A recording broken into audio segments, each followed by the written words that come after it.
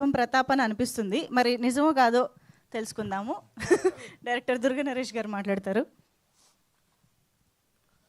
కదిపితే కన్నీళ్ళు వచ్చేలా ఉన్నాయండి. అక్కడ కూర్చునేవాడినండి, ప్రతి ఈవెంట్కి వచ్చేవాడిని ప్రసాద్ ల్యాబ్లో. ఇది అందరినీ ద్రాక్షలాగా ఉండేది నాకు. అక్కడ నుంచి చూస్తూ ఉండేవాడిని. ఈరోజు ఇక్కడికి వస్తుంటే మాటలు రావట్లే, ఏం మాట్లాడాలో ఎక్కడ మొదలు పెట్టాలో తెలియట్లేదు. ఫస్ట్ రామోజీరావు గారికి అండి, సార్ మీకు నేను జీవితాంతం రుణపడి ఉంటాను, ఎక్కడున్నారో కానీ నా మాటలు మీకు వినిపించాలని కోరుకుంటున్నాను. మీరు ఈ ఉషా కిరణాలు అని ఎలా రాయించారో నాకు తెలియదు. మీరు భవిష్యత్తు గురించి మీరు వదిలిన ఉషా కిరణాల ఆలోచనలు నాలాంటి అప్కమింగ్ కష్టాలు పడే ప్రతి డైరెక్టర్కి తీర సంహరణాలు. ఇది వాస్తవం సార్. ఇక్కడ నా జర్నీ ఉన్నారా, ప్రతాప్ ఉన్నాడు కాబట్టి నో ప్రాబ్లం సార్. 2013లో వచ్చాను సార్ ఇండస్ట్రీకి.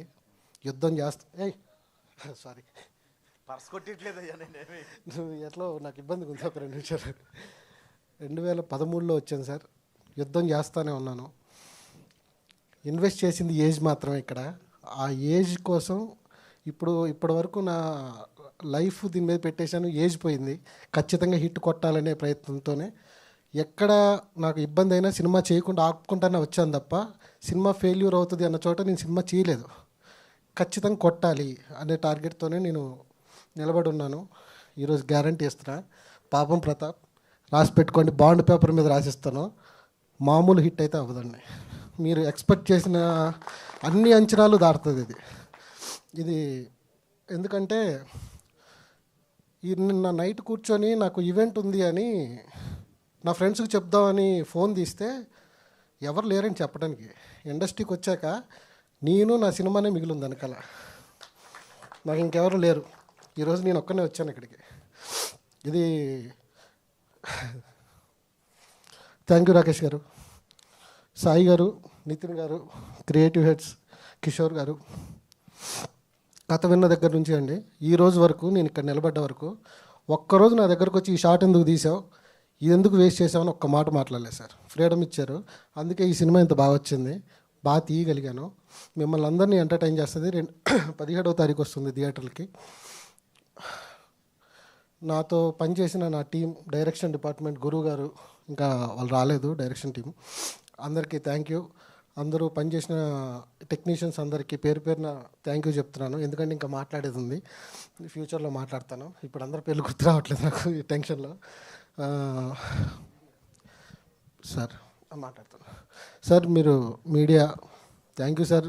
అక్కడ మైక్ ఇచ్చి ఏమనుకుంటున్నారు పాపం అంటే, మీకు ఒకవేళ తెలిసి ఉండొచ్చేమో, చెప్తే పాడైపోద్ది సార్ సినిమా అని ఆపారు చూసారా.